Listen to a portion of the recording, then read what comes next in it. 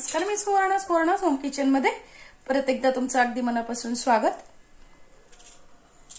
सगळ्या सबस्क्रायबरचे धन्यवाद, सगळ्या व्ह्यूअर्सचे धन्यवाद। मी आज तुम्हाला खूप छान अशी रेसिपी दाखवणार आहे आणि आज मी पूर्ण लंच बॉक्स शेअर करणार आहे। तर त्यासाठी मी आज इथे बनवणार आहे तोंडल्याची आणि बटाट्याची भाजी। खूप छान होते ही भाजी।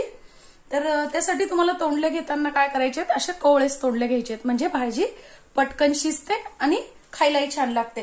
जर तुम्ही असे मोठे मोठे तोंडले घेतले ना तर ते बघून घ्यायचे लाल नाही आहेत ना, तर लाल तोंडले जर असले तर त्याची भाजी अजिबात चांगली लागत नाही, कारण ते खूप पिकलेले असतात। तर असे जाड तोंडले सुद्धा आणायचे नाहीयेत। जर तुम्हाला असे मिळालेच मोठे तोंडले तर फक्त असे हिरवे असतील तरच घ्यायचे, म्हणजे त्याची भाजी छान होते। आणि या पद्धतीने असे छान उभे चिरून घ्यायचे। घेतले तिथे पाव किलो तोंडले आणि 2 बटाटे, हे कच्चेच बटाटे आहे, छान उभे असे चिरून धुवून आणि नितरून घेतलेले आहेत। आपल्याला एक पळी तेल टाकून घ्यायचं आहे। छान तोंडले फ्राय करून घ्यायचे। सुरुवातीला गॅस मोठाच ठेवायचा आहे। काय केलंय मी, तोंडल्यापुरतच मीठ टाकून घ्यायचं आहे, अर्धा चमचा, म्हणजे तोंडले पटकन फ्राय होतात। भाजीला शक्यतो मीठ कमी लागतं। एक 4 ते 5 मिनिटात तोंडले छान फ्राय होतात। आता आपले तोंडले फ्राय होत आहे तोपर्यंत मी कणिक भिजवून घेणार आहे। थोडासा मीडियम गॅस केलेला आहे।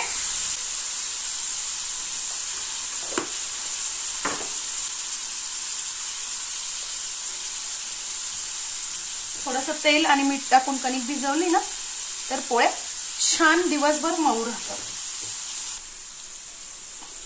अगदी थोडंसंच तेल घेतलंय हाताला फक्त, आणि छान वरतून कणकीला लावून घ्यायचंय। 5 मिनिटासाठी आपल्याला झाकून ठेवायचे। बघा छान आपण 80% तोंडले छान वाफवून घेतलेले आहेत। हे बघा अगदी मऊ झाले छान, असेच आपल्याला करून घ्यायचे आहेत। आता आपल्याला हे तोंडले काढून घ्यायचे आहेत।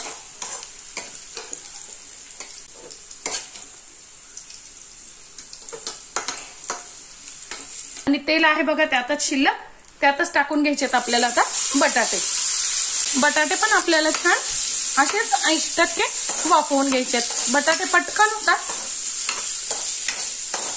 मीठ टाकून घेणार आहे अर्धा चमचा।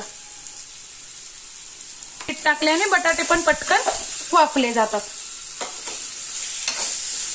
एकीकडे बघा आपले बटाटे पण वाफतात आहे आणि एकीकडे मी लगेच भात करून घेतेय फोडणीचा छान।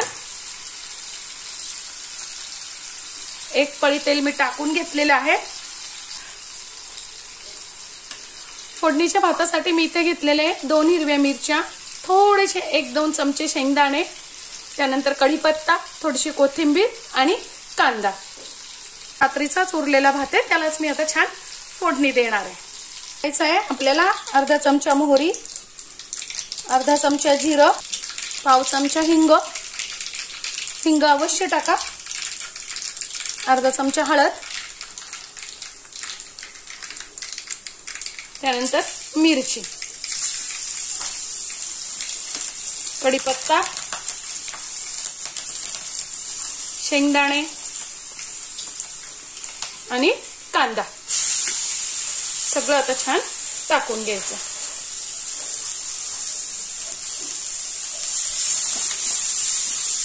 खूप छान लागतो असा भात। आता छान परतला की हाताने छान असा भात मोकळा करून घ्यायचा आहे आणि टाकून घ्यायचा आपल्या त्यात भात।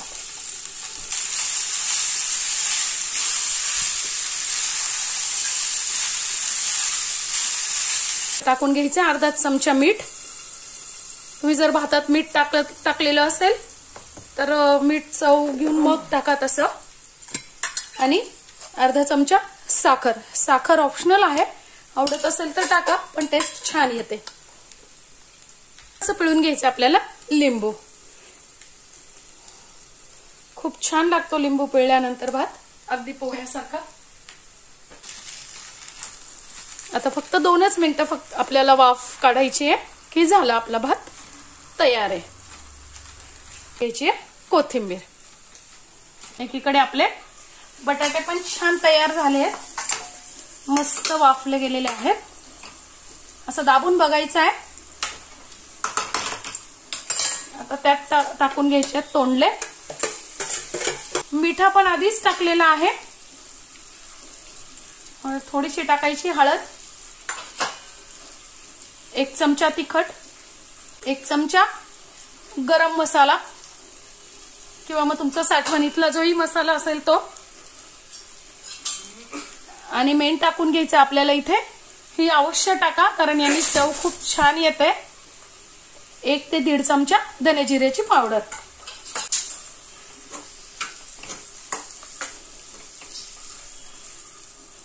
आता 80% आपण भाज्या छान वाफवून घेतलेल्या आहेच आहे. फक्त आपल्याला एकच वाफ काढायची आहे, ती पण 2च मिनिटाची. बघा 2 मिनिटं झाले.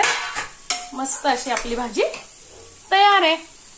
अशी भाजी करा, खूप छान लागते. टाकून घ्यायची आपल्याला थोडीशी वरतून कोथिंबीर. आपली भाजी पण तयार आहे. आता लगेच करून घेणार आहे मी पोळ्या.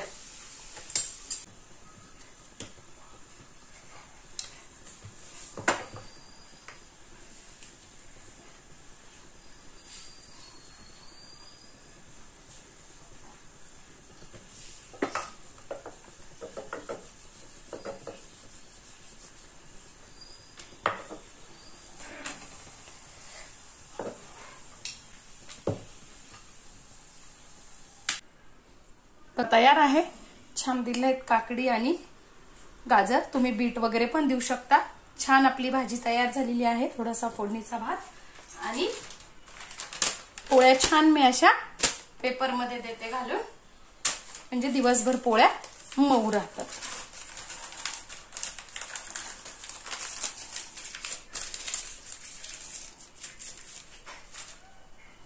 आणि थोडीशी दिली आहे मी ते कारल्याची चटणी. कारल्याची चटणी कशी बनवायची याचाही व्हिडिओ मी आपल्या चॅनलवर अपलोड केलेला आहे. माझा आजचा लंच बॉक्स तुम्हाला कसा वाटला कमेंट्स मध्ये नक्की सांगा. चॅनलवर नवीन असाल तर चॅनलला सबस्क्राईब करा, लाईक आणि शेअर पण करा. धन्यवाद.